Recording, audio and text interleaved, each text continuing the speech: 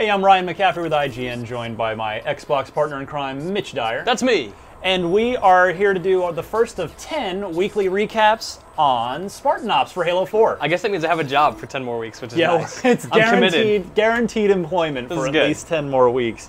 So, of course, Spartan Ops, as most of you know, is the weekly series of downloadable missions for Halo 4, which take place 6 months after the end of the single-player campaign. So, of course, it is highly recommended that you finish the single-player campaign first. Even if you don't, though, it's not the end of the world. It's nothing super spoilery. Not yet. We'll see. Stories, it's taken a little bit to get going, don't you think? Yeah, a little bit. So, the first episode opens, they're all going to open with a really, really pretty CG cinematic. Yeah. And this first one introduces us to Crimson Team, to our team of Spartan 4s, and we hit the ground and start shooting things. That is ultimately what we're up to, of course. Indeed. Like so, you do. Tell us about Mission 1, Mitch. So the first mission is really simple. I mean, it's a lot of these missions seem to be really segregated into this is the Covenant mission, this is the Promethean mission, and the first one is very much, hey, you should kill a bunch of these Covenant, blow up some sites, and then drive around in the Wraith. It's really simple. You fight a bunch of waves of guys. You have a very simple mission, kind of like the campaign where it's, hey, go blow up 3 things or go activate 3 things. What makes Chapter 1 stand out? It's so confusing. It is. We're going to do this all the time. It's basically, there's almost no reason to ever be on foot. There are vehicles everywhere. They spawn in, they respawn. If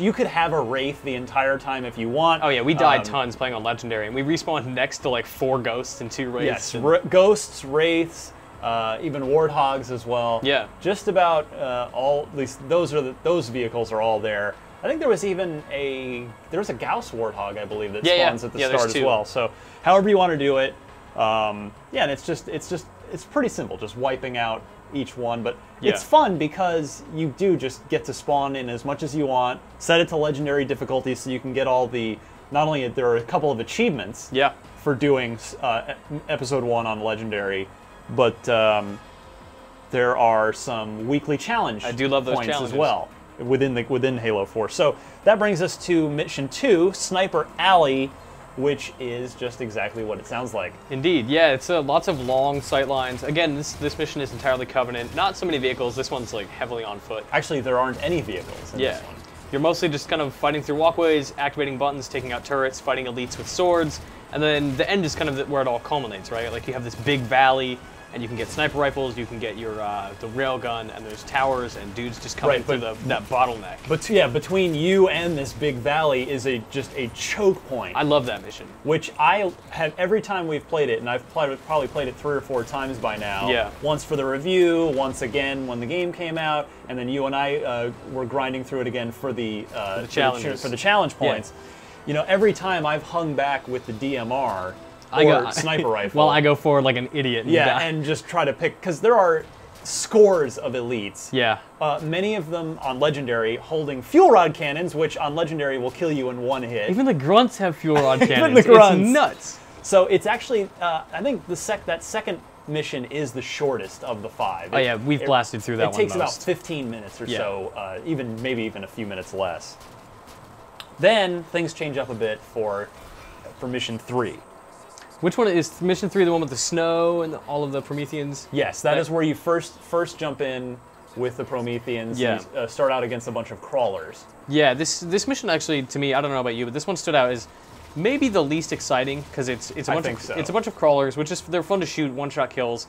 But at the same time, it also kind of embodies everything I love about Halo 4's combat, which is there's just watchers everywhere. And they're so annoying, Ryan. On Legendary in particular. But I love the dynamic they add to combat. That said, this mission is a lot of, kill your way through a bunch of crawlers, activate a button, fight some watchers. It's very grindy, and you're just trying to grind your way, ultimately at the end, well, not to the end, but to the top of a structure, and then that's it. So this is just super simple. You get a couple rocket launchers right at the end, but you don't really get to let loose with them. Not really. There's like one more wave. 4 gets a little more fun. That's when it goes indoors.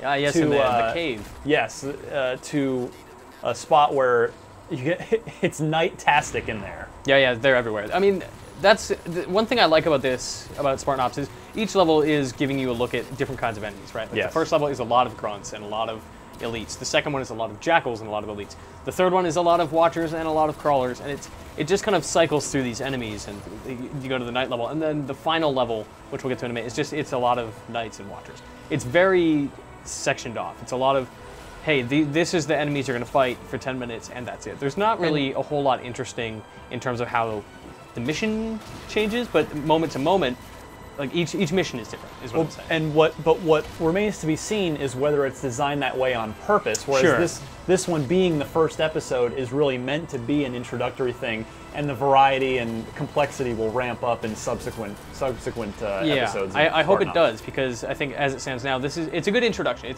It's a couple fun missions. I mean, five missions. They're all good, and like the story, all of the missions are very simple. We're getting a very basic look at what it is. But having just finished the campaign, rolling into this feels really easy and simple. Even though it is difficult on Legendary, but it just feels really plain. And finally, Mission 5, Chapter 5. This is where the story starts to come together, where it starts building towards something, because there is a narrative to Spartan Ops. We just don't know what it is. We see the CG cutscene, which is basically, hey, we're going to go back to Requiem and kill some things. Yeah, clean up. And then from there, it is exactly that. You're just cleaning up. But this mission ends with the Spartans discovering an artifact. We don't know what it is. We don't know what purpose it serves or what. I mean, maybe we do. That wasn't communicated very clearly to me. I don't know what it is. It's also it's geographically the largest of the five. Yeah, it takes place of the 5 missions across a large space. But at the end, it's just a big battle where you have the high ground up near the artifact, and you just get swarmed by knights and crawlers and a couple watchers as well. But yeah, the artifact makes it think, okay, is this going to go anywhere for future episodes? I sure hope so, because otherwise, it's, as you said, it's kind of simple. Yeah, it's a lot of what we already know, but kind of broken into pieces that aren't as exciting as, the Covenant fighting against the Prometheans with you in the mix, which we saw in the campaign. Yeah, so I got to say, I'm most excited for the CG cutscenes at the beginning of each one. They're beautiful, yeah. I'm not even sure I need to play these. I might just watch the CG cutscenes. No, I'm going to play them, because obviously that's what happens in there ties into the next week's CG cutscene. Yeah. So we'll be back with a look at episode 2 next week. I'm excited. For all your Spartan Ops, Halo 4, Xbox needs, you know where to be, IGN.com.